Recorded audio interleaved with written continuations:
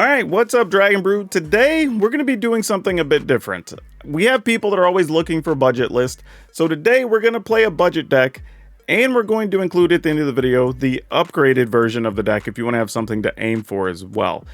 And we want to play one that's fun and something that's a little bit different, so we're going to try doing Gruul on a budget. Oh, one more thing I forgot to mention. If you really like this video or you're looking for more budget content, please be sure to like this video, share it, tell somebody who's starting out who needs a cheap deck. So please help this get around to help us out, and maybe we'll get to do more. But anyway, let's get to the good stuff so we can start talking about this deck list. Let me also say, if you would be so kind, please check out our sponsor over at CoolStuffInc.com if you want to buy this deck, because it'll be budget, or you want to get the upgraded cards and take them to your FNM. Over at Cool Stuff Inc., they always have cool stuff in stock, and the best thing is you can get all types of things, not just Magic, and you can save 5% if you use code DRAGON.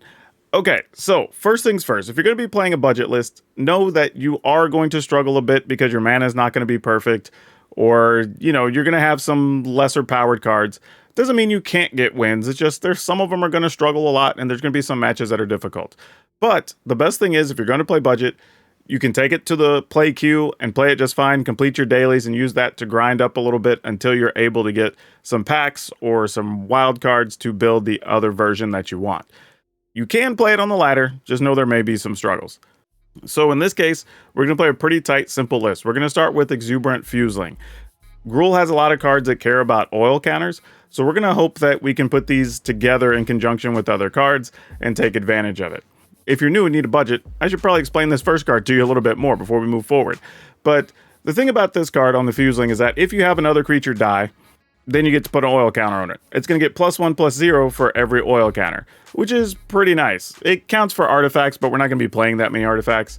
And when it comes into play, it gets an oil counter as well. So if you can keep getting that up, it becomes a big power that can trample over other things. So moving on to Evolving Adaptive.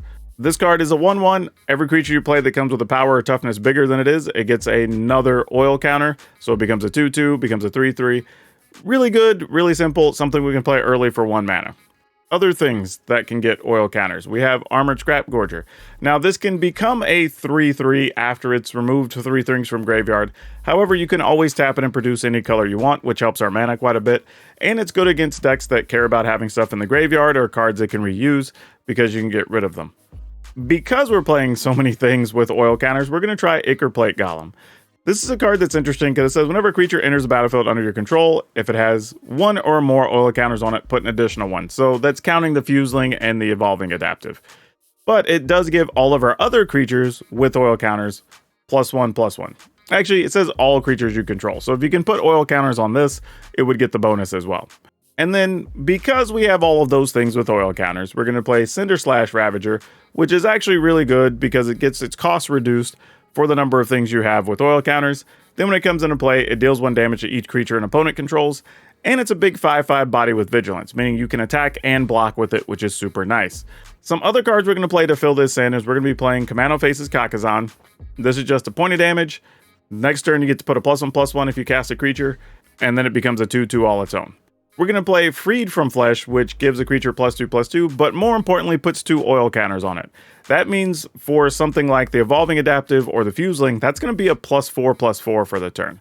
Or if we put it on the Ichor Plate Golem, it gives it a oil counter, which does allow it to get bigger, or if something new gets an oil counter, we get to use that with the Ravager to reduce its cost. We're also going to take a look at a card like Cankerbloom because it lets us destroy artifacts, enchantments, or Proliferate, which could put extra oil counters on things, which is pretty sweet. Could save some creatures that way. And we're going to be playing some burn spells. We're going to be playing Play with Fire because it's pretty cheap. Sometimes it can let us look at the top of our library and help us out. And we're going to have Lightning Strike. 3 damage for 2 mana, instant speed, can kill opposing creatures, or just deal damage upstairs if we needed to. So that's a deck. It's very simple. But we're going to have the full deck list broken down at the end of the video. We're going to talk about what we like, what we don't like, based on the wins we get or not. And then we're going to talk about ways we would upgrade it. So if you want to get these deck lists, we will have them both available on our Moxfield links. So you can go there, you can see that. And you also will be able to see all of our other deck lists from throughout the season on that list as well. But for now, y'all go enjoy those games. They're going to be pretty interesting. I don't know what's going to happen, but I'm expecting them to be fun, if nothing else. And then at the end of the video, we can talk about the results, what we would update and change, and try to make it better for the current metagame. So y'all go have fun. I'll see you on the back end of the video. You know, this is a little bit of something. Let's keep it.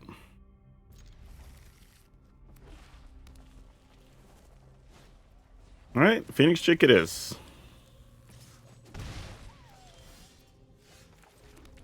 We're going to hope this survives. I don't know that it's going to. But if we can untap with an adaptive and a free from flesh available, we might be able to pull off some things. But it looks like this Fuseling's about to eat it. But maybe not. We'll see. All right, we're just going to take 3. I think that's the right call there. All right, then we'll pass. Most likely we're probably going to try to use this free from the reel on something. We'll see.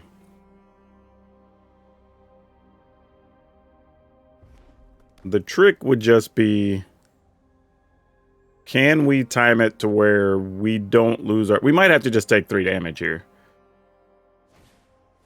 Alright, they had a mechanized warfare. So that helps a little bit. Opponent's going to get to see a lot of cards here. I mean, I hate it, but it is what it is. And then we can play Cankerbloom and destroy that, so that's fine. Opponent gets to pick from a lot of cards, but nothing super great. I mean, Reckless Impulse is probably the best thing for them to take there, but we'll see.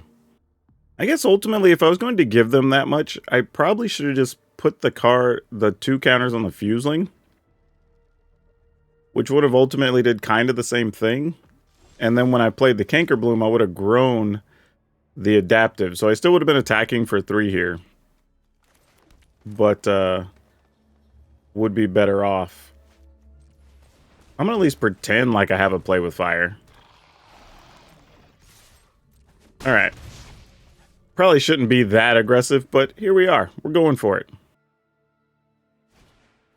Alright, they're going to go Reckless Impulse first. Find... Alright, in the festivities. That's a thing. So they could Swift Spear, probably cast in the festivities, thinking they're going to make it hard for us to block. The trick is we're actually not going to block anyway, and we're just going to destroy this. So that way things don't take extra damage. Oh, wait, this still takes the 1. I forgot. Well, it doesn't matter. We were going to lose our creatures either way. Yeah. So we're better off still just killing that. Can't quite play this yet. That's unfortunate. Alright, let's leave this back as a blocking threat. We're only at 10, so we can't risk too much. If we can survive this turn, though, we can play this, hopefully, and then kill off 2 things on the opponent's side, and we could turn this around. It's going to be real tough, though. Alright, they're going digging, probably for a lightning strike to get rid of our adaptive. Which is sad if they have it, because we can't do anything about it. Alright, it's another Swift Spear. A little bit annoying. Alright, if they have a play with fire, we're still going to block. Okay, they don't have it. That's a good sign. But they have something. Probably, I don't know what it is they have, honestly. But that works. And then we're just going to play this, kill off some things, and grow an adaptive. So this is big. I don't know if it's quite the turning point in the game. But we'll see. What do you got, opponent? Alright, they go to 12.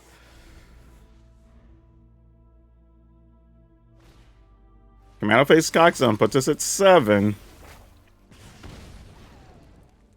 And no matter what, we're kind of still priced into blocking here, sadly.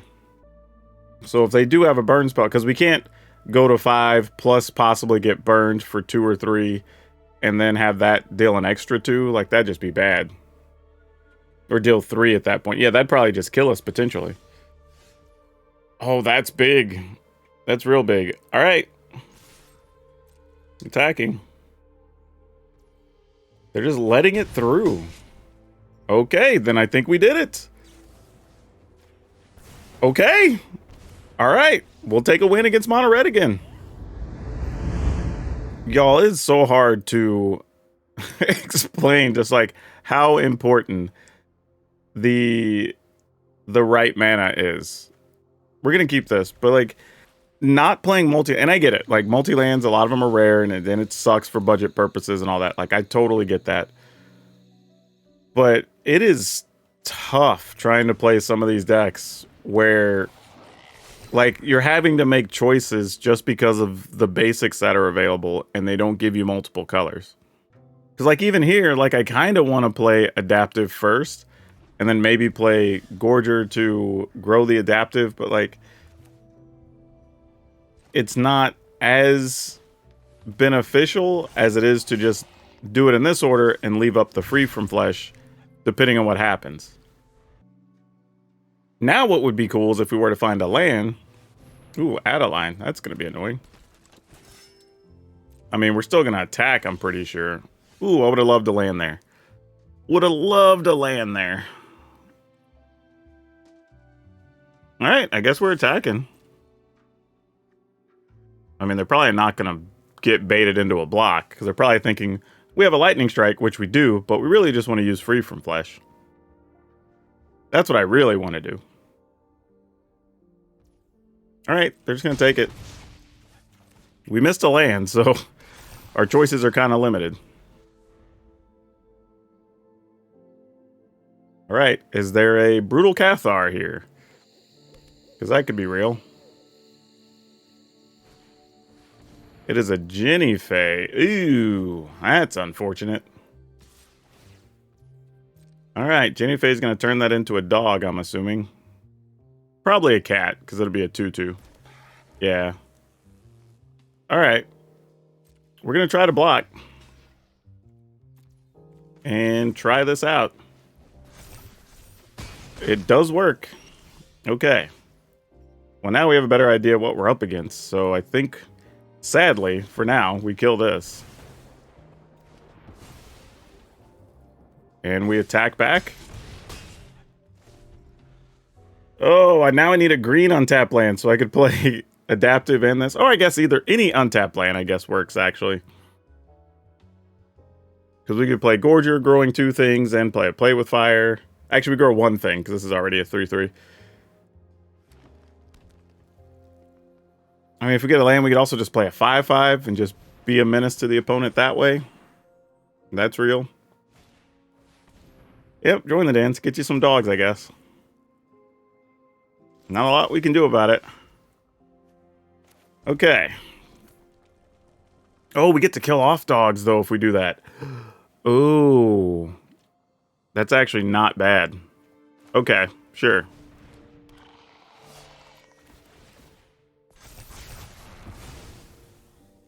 Yeah, and we just attack, right? They could trade a cat for an adaptive. That kind of sucks. But then they make 2 more dogs. We can kill one of them. Man, missing that land was actually really bad for us. How do I want this to go? My opponent is also only at 12, so we can keep them on the defensive, I guess. Sure. Oh, why did I attack with the Fuseling? They could block the Fuseling here. Oh, they didn't, though. Wow, we got lucky. That was a bad block. Or bad attack. I should have only attacked with the 2 adaptives. Yeah, the opponent could have blocked the Fuseling there, and that would have been bad for us. So we got a little lucky. I mean, I'm assuming they're going to pay 5 and make 2 more dogs here. They have a Wandering Emperor. Okay, that makes sense. That checks, too. That actually feels a little better for us, to be honest. They do go to 9 life, but that feels like that works out a touch better. Because we can attack. Yeah, I think we just attack the opponent here. And if they block with Jenny Fae, we'll just kill Jenny Fae, so whatever. If they don't block, we get to shoot them for 2, and that's ball game. Actually, we're not going to shoot them. Why'd I attack with the Fuseling, actually? That was terrible. Now that I'm thinking about it, because I have to kill the Wandering Emperor, right? I mean, I guess I don't have to, but I kind of have to. Yeah, that ended up being a bad attack there. I should have only attacked with the Cinder side. So like, if I shoot this, then I get to trample for 1. So they take 5, 6, and go to 3. Then they can still make a 2/2 plus some 1/1s. Pretty tough. Yeah, that was a bad attack. Bad attack. All right. I mean, I guess I should have done it and got one more point in. I'm just playing sloppy now. It is what it is, though. Let's go for it. All right. The opponent should be at 3. I goofed that up. But I think this is the only way we have a shot at winning here. Devilish Valet makes sense. I could dig that. Adeline also makes sense, and I'm assuming they're going to make a 2-2 here. This is also where it's sad, because had I actually drawn the 3 damage spell, that would have been it here. Wait, the opponent's attacking? This is one of the only ways I might be able to win. Ah, well, it didn't matter. I mean, we didn't get what we need anyway. So that's neither here nor there. But could have been. Next up, all right. So this is going to go to, they can +1 it, so to go from 3 to 6 to 12. And then we could still chump block it. So, I mean, I guess we just do this and this. I mean, I guess that's fine. Then that goes to 4 to 8, and we go to 4. Not exciting, but it's probably correct. I mean, the sad part is they do end up with 2 blockers, which makes it not good for us. Years of training for this. And again, if they were at 3, we'd have way more outs than if they were at 4. But that's my mistake. I told y'all what I was going to do, and then I didn't do it. Which is very silly. Alright, so they have some other unknown card in hand. And now I have the choice of either going to 4 or just blocking that. I am going to not block it. And I'm just going to top deck a Cinder Slash dude, right? That's what we're going to do. Because why not? Okay, or we could just have that happen too. That's a thing. Well, they have to split their blocks. That's not even a choice here, so sure.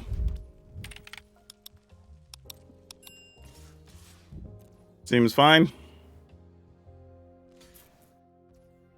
Oh, they're just gonna take 2. Okay. Seems good, I guess. Oh, I guess I could also draw a card and see if maybe we could get a lightning strike or a play with fire. Uh-oh. Okay, well, that happens at the end of turn, so that's not so bad. Same there. That's okay. Yeah, that's not big enough to do anything. This is kind of my issue. I've played Devilish Valet in a couple of decks, but usually situations like this happen where they really aren't doing much. All right, so I'm going to tap this, and get rid of this. And we're going to see we did not get what we wanted. Oh, dang, okay. That counts. Remove that, I guess. Okay.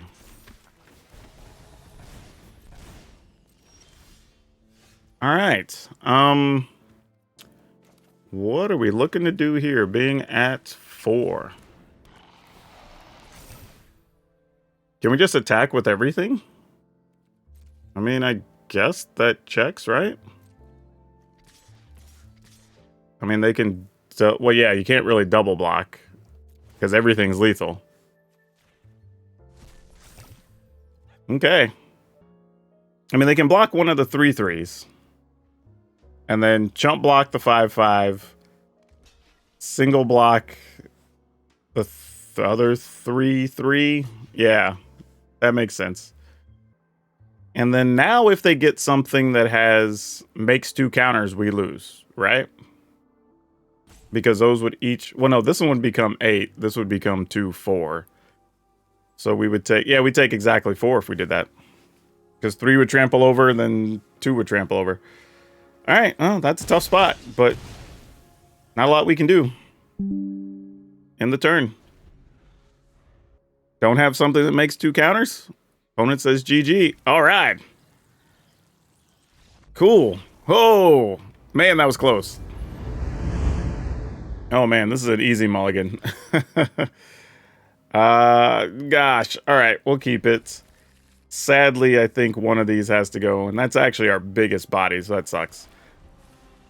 But there's no guarantee these are going to live, and then it just gets kind of ugly. Can we draw a free from flesh? That would be awesome, because I would save the adaptive from the first removal spell. That is not it. But I'm going to play this because it's at least a solid blocker, and I'd rather lead with that first. And it gives us the option of doing, like, multiple things next turn, potentially. Alright. Ah, they have a lightning strike. Or a play with fire, I mean. Alright, I'm just going to take it. Yeah, we take a pile. We knew it was there, though. So we're going to go down to 14. Okay, we got our own lightning strike. We're going to go adaptive. And they put something in the graveyard, which was nice, because then this gets a counter, which then opens up the possibility of me being able to play Cinder Lash Ravager next turn. Invasion of Ragatha. Alright, annoying, but doesn't kill anything. But if they put the counter on our Scrap Gorger, then we can't block effectively, and that sucks. Yeah. I think I'm still going to block with that, though. Being at 10 now, I think it's the right answer. Don't love it, but sometimes you just do what you got to do. That's not a bad one to have. Let's drop right in on this, though. All right. I am going to not gamble. I was about to say I'm attack for 3, but we're only at 9. I don't really want to risk it. Especially not knowing they could have, like... Oh, no. Oh, they had a Warcrafting. Oh, that's so good. Okay, but it looks like they're out of juice, as it turns out. So that's good. Let's kill this while we can. Let's attack for probably just 3. That's probably a little bit too concerned. I probably could have got away being at 9. I probably could have got in for another one, but we're going to take our time here. Ooh, that could have hurt a little bit, actually. Yeah, that could have been real for a minute. I mean, if they attack, we're blocking and trading. I mean, we only have 1 green mana after that, but can't let that live and give something else haste next turn. That just doesn't make sense. That's just bad business. Alright. Get rid of that so it can't come back. Alright. Well, that's not helping. Though the deck was like, I heard you were concerned about just 1 green mana. Look what we got for you. Alright, I'm just going to say, if you got it, you got it. At some point, it's not worth waiting around for. Alright, we go to 8. Oh, nice. Nice, nice, nice. Love to see it. And we get a 4/3 creature. And we get to attack for a bunch. Opponent goes to 6. We're at 8. I think we're good. Because we're going to get another 2/2 next turn. Yeah, I don't think they have a card here that beats us. Oh! We're just beating mono red. Okay, this is a pretty reasonable hand to start with. Let's keep this. I think I'm going to go with Commando Phase Kakazan first. And then play the Fuseling, and then maybe this. It's also possible I could get something else next turn. Maybe the Evolving Adaptive would be alright. So we'll see. But either way, we know for sure our +1/+1 counter from the second chapter isn't going to go to waste here. I mean, I don't know if we get to do anything super good with it, but we know it's not going to waste. Alright. It's only a 2/2, so it still dies to everything, including cut downs, which we know are a potential issue. But the opponent passed with nothing up there. Hold up. Was not expecting that. That's cool. All right, we're getting in for 5.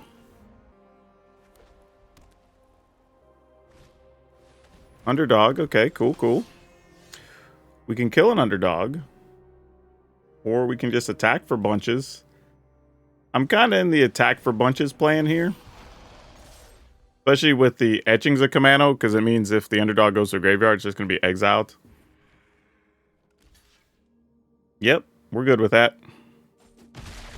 Then that's further going to grow the Fuseling anyway. So it's going to lose 1, gain 1, kind of. And we know we have the backup Ichorplate Golem.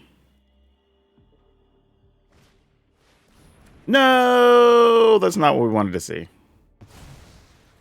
Okay. What is that? 2, 4, 5, 6, 7, 8, 9, 10? We could try to just kill the opponent over the next 2 turns. So let's just end the turn.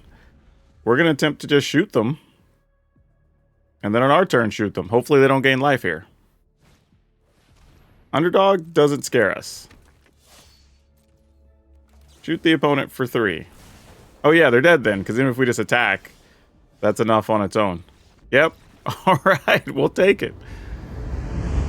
Okay, for quick reference, we had a very tight list, because that's kind of the only way you can make it work when you're playing on a budget. You can't play a bunch of random stuff, because it's just not going to work out for you.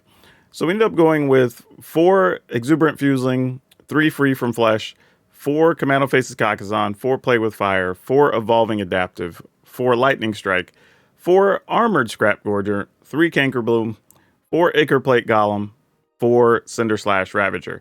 Then we had 10 Mountains, 10 Forests, 2 Racer's Ring. Now, I don't know if I've mentioned it in one of the videos, I think I did, but one of the biggest problems you're going to have with a lot of decks, especially aggro, and it doesn't seem like it matters as much as aggro, but it's probably more so important in aggro, is you want to have multi-lands, right? And ones that don't come into play tapped. I know people say, but some of them you lose life, or some of them, whatever. There's stipulations, but it's important because when you're trying to be aggressive, you want to be able to play a burn spell, play a creature, do all that stuff, right? Somewhere in there, and you can't really do that with this. However, the deck managed to win some games. So we're going to make this something that's downloadable as well. But what happens is a lot of times people ask, well, if I play this deck, how would I upgrade it or whatever? And I don't mean that to make fun of people, but it's one of the things that when you're doing budget content and having to do the regular deck list, a lot of times you'd be better off just doing the regular deck list because they're not going to look very much the same at the end. However, with this particular situation, I want to at least put some consideration into the idea of, could we play this still worrying about oil stuff? So with no restrictions, I'm going to look up oil counter and we're going to see what cards we could actually play that makes sense here. I would actually probably, not much probably. I think there's some cards like Fuseling. Fuseling is not great, but it's acceptable, right? It's kind of the most I could say about it. But it is a 1/1, sometimes becomes a 2/1. I don't like Free from Flesh that much, but it is a card that kind of has a function here. I do think, though, Miglos is probably one of the best cards with oil counters that you can play, so I would actually consider this. Probably some 3 copies, if not 4 copies. It would mean you could cut back on possibly a Cankerbloom if you wanted to. Ichorplate Golems are not great. They kind of were just holding space because we were on a budget. So that's going to be one of the first cards to go. While it does pump your other creatures, it is a bit of work to get it to work out the way you want to. I think also we can include a couple copies of this, though it is colorless, so you don't want to play a lot of them. But I'm going to park them here for now, because I think this is something we actually want to do, and have this be something we can just move oil counters around as we need to. Other things too, now that we're talking about oil counters, like we also have other cards that just make counters, and some of them are just better. Where you're talking about the Quirion Beastcaller, I believe it is. This is one that's really good. Every creature you play just puts another counter on this. Like, it's just better than a lot of other choices. Cinder Slash Ravager, while I won't say it's great, but it did work against mono red because it's a big old body. But if we're already playing like Miglos and other stuff, I think we could cut these back to probably a 2 of, honestly. Again, I don't know if we need Cankerblooms or not because we have Miglos, so that maybe go away. Free from flesh, I'm going to cut those. So now you kind of see we're starting to come into a different picture of what the deck can be. Being super aggressive, you don't necessarily want something like Armored Scrap Gorgers, especially if we're going to be playing like Beast Callers and other things that are just going to do more damage early. It still does have a purpose, and it's good against removing stuff from graveyards against decks like Atraxa that are trying to reanimate things. But we're just going to cut those, and we're just going to try to play as aggressive as we can for a lot of this stuff. But now you kind of end up in the situation of, okay, well, what else are we trying to do with counters? One thing I would say is we can look at something like Chandra. And Chandra will allow us to actually be able to find more cards, do more damage. It's not super, but it's not terrible either. But it's also one of those cards gives you a little extra reach against Planeswalker type decks. Stuff that's sweeping all your creatures. And then we can add another budget card here, which I think is safe. Why did I put budget in the box? Tyvar Stan. And that's a card that, since we're not going to be playing Free from Flesh anymore, we can go ahead and play that and give us a little more protection for our card. So Tyvar Stan, if you don't know what it is, it's an uncommon. You can use it to pump your creatures, which is good. You can also just give something indestructible and hexproof, which helps quite a lot. We're still looking at a pretty low curve on this deck. I mean, so much stuff at 1 and 2 mana. So we could skimp on mana probably a little bit if we wanted to, because now we really only have the 2 Cinder Slash Ravagers. But yeah, Racer's Ring, not particularly great. The other thing about Chandra too is she does technically let us draw cards, and we're cutting some other things, so that's kind of nice. But this 18, 19, 20. I'm going to take a look and see. We have 24 red things and 18 that need green, and then multicolor stuff. So what I'm going to say is we do need a little more red than green. So I think it's okay to cut like this. That's like 15, 16, 17. And then we're just going to go for lands that don't come into play tapped or can get us multiple colors, right? So we want to go with like Karpluzin Forest. This is going to be a long section of the video. Let me know how you feel about this. I'm kind of like deck building with you on the fly so you can see how to upgrade a deck. I don't know if this matters to you all, but it's something I wanted to try because this is a different type of video altogether. And remember to share this with people who might actually need it. It would help a lot. All right, we're going to do that. And I think I'm just going to go ahead and play Rockfall Veils too. Why not? Maybe 2 of them because we don't want as many, again, things that come into play tapped early because the deck we're trying to play. So what does that leave us with? We've got 15, 19, 23, 25, 67. That's too many. So let's go 26, 25, 24. 24 leaves us at 60 cards exactly. And we have 1, 2, 3 things, 4 things, possibly 5 that care about the oil counters. I don't think there's anything else I'd really want to play. I think for the most part, this is probably where we want to be. There's some stuff like the Vindictive Flamestoke that's kind of cool, but you'd have to cast a non-creature spell to put counters on it, so it's not that great for us. But the way to draw extra cards. And there's also, if we want to go for it, we can actually cut Cinder Slash Ravager and just play Urabrass Forge. And this card is a little better in the fact that it's cheaper, and it's better against the decks that are going to be just trying to kill your creatures repeatedly.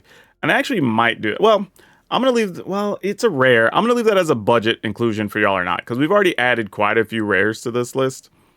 And, I mean, because right now, this deck is going to be rocking 4 Quirion Beastcaller, 2 Chandra, 4 Miglos. And we didn't do too bad, actually. That's only like 10 cards that aren't lands. But lands, you're going to play in a bunch of stuff anyway. So, you know, I guess if we want to go ahead and upgrade Cinder Slash Ravager while you're cool, this is probably cooler. So yeah, we could do something like this. We still get to rock the Canker Blooms. Yeah, this is probably reasonable. I think we could go with this, and this would be pretty solid. I think this is a good upgrade if you start with the oil counters and you still want to include more things with oil counters, right? We just swapped out to play like Miglos and such, and Urabrass. So it still checks those boxes for what you're trying to do. But yeah, this is interesting. You know what? I was going to stop the deck construction here, but I decided to do another update because I want to go, if you want to just update this completely, I'm actually taking out the Fuselings. I thought about it a little bit, and I think we just have to pull away from being so heavy on the oil counter thing. I think it's just not going to work in the current standard, and I think if you want to upgrade this, you should slowly be converting to a more upgradable, playable list. So I think we're going to go to the 4 Tyvar stands, to the 2 Urbrass Forge. I think we're still going to include we're going to add Nahiri's Warcrafting. That's something we were talking about a second ago. But because Shieldred is still a big thing, you want to deal 5 damage to stuff. This is going to leave us at 12, 18. So that's going to it's going to be 20, 22. I think we want to go 23, 24. Actually, on our mana, I would probably add more Rockfall Veil. But again, this is a little bit budget. I think, though, I would still add a couple of Rockfall Veil and just bring the mana up to where you want it to be. But that's 24 lands. We still have 1 spot. I want to cut 1 more card. Let's go to just 3 Tyvar Stand. And I want to take a chance to play Bloated Contaminator. I think ultimately this card could help, since we have so many things with counters, where we're talking about like Evolving Adaptive can have counters, Beastcaller can have counters, Chandra can have counters, the Urbrass Forge, the Miglos. So like, this is a card that's pretty good, and ultimately it is a 4/4 for 3, so we can't really complain too much about that. So yeah, this is probably better to where you want to be. So to recap, I know I just like did the list, but we're going to talk about this again. This is something, we're trying something new, but here it is. So we've got 4 Commando Face Kakazan, 4 Play with Fire, 4 Evolving Adaptive, 4 Lightning Strike, 2 Canker Bloom, 4 Quirion Beastcaller, 2 Chandra Dress to Kill, 2 Nahiri's Warcrafting, 2 Urbrass Forge, 2 Bloated Contaminator, 3 Miglos Maze Crusher, 3 Tyvar Stand. Lands, we're going with 8 Mountain, 6 Forest, 4 Copperline Gorge, 4 Carplusian Forest, 2 Rockfall Veil. However, I would go down a Mountain and a Forest to play 2 more Rockfall Veil if you have it available. So this does include more rares than we had in the earlier list. So you're looking at 4 Quirion Beastcaller, 2 Chandra, 2 Nahiri's Warcrafting, so that's 8. 2 Urbrass's Forge is 10, and then you got 2 Miglos, which is 12, and then the 3 Miglos and 2 Bloated Contaminators bring you up to 15. And the lands, but I don't really count lands too much against budget, because again, you're going to play those in probably a lot of other decks anyway. But yeah, this is it. This is probably what you can aim to upgrade to, but let's talk about a few more things as far as strategy when playing it. So yeah, one of the things I will say here is we did make the deck a little bit better against some of the more problematic matchups you're going to have trouble beating, because we added Urbrass's Forge, because we added Chandra. But you may still be in a situation where you're coming up against a lot of, like, say, mono black type decks with a lot of spot removal, right? Then you may want to go ahead and put more Tyvar Stand in over a couple of other cards, probably cutting like Canker Blooms or something in that scenario, because those decks don't tend to have as many enchantments you're going to worry about, and truthfully, you still have Miglos to destroy enchantments if you absolutely have to. So I think that's actually pretty reasonable, and it's probably the biggest change I would make to the list. But otherwise, this actually is probably a pretty solid list all around. You have big bodies, you've got recurring damage, you can actually get out in front of your opponent a little bit early and do some stuff, you have some burn damage. So this is actually doable if you're looking for an upgrade. So yeah, a little bit different than the normal videos that we do, but I will also make the upgraded list available as well if you would like to have that. So yeah, if you're wanting more budget content, be sure to let me know, and if there's other types of decks you'd want to see budget versions of. I don't know how many we can do. This one just happened to work out better than I thought, honestly. Usually they don't go this well.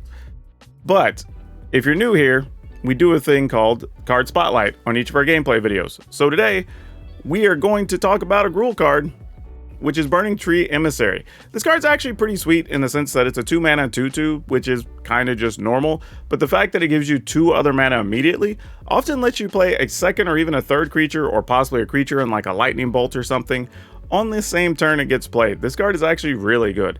It's basically a free creature, because you play it and you get the same mana back, almost, right? You get a red and a green. But this is actually really cool, and it gets played in a lot of decks, believe it or not. It gives some pretty huge turns.